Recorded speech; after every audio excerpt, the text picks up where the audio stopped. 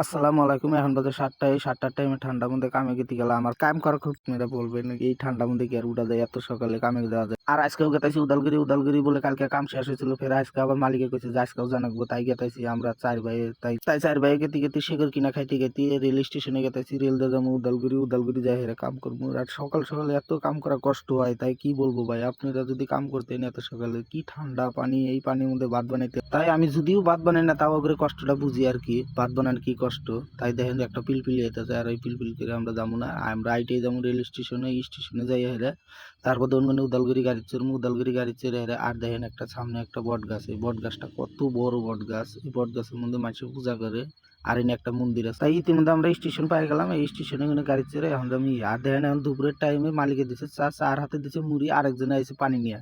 আর এই পানিটা না দিয়ে চলে গেল গা। আর দেখেন এখন কামের টাইমে শেষ, সন্ধ্যা হয়েছে। সন্ধ্যার টাইমে আমরা ছুটি করে এখন রুমে যাবো। তাই রুমে গেতে দেখেন একটা ফটো উঠার পোস্ট নিয়ে হেরে ফটো উঠতেছি আমরা ব্যক্তি মিলে।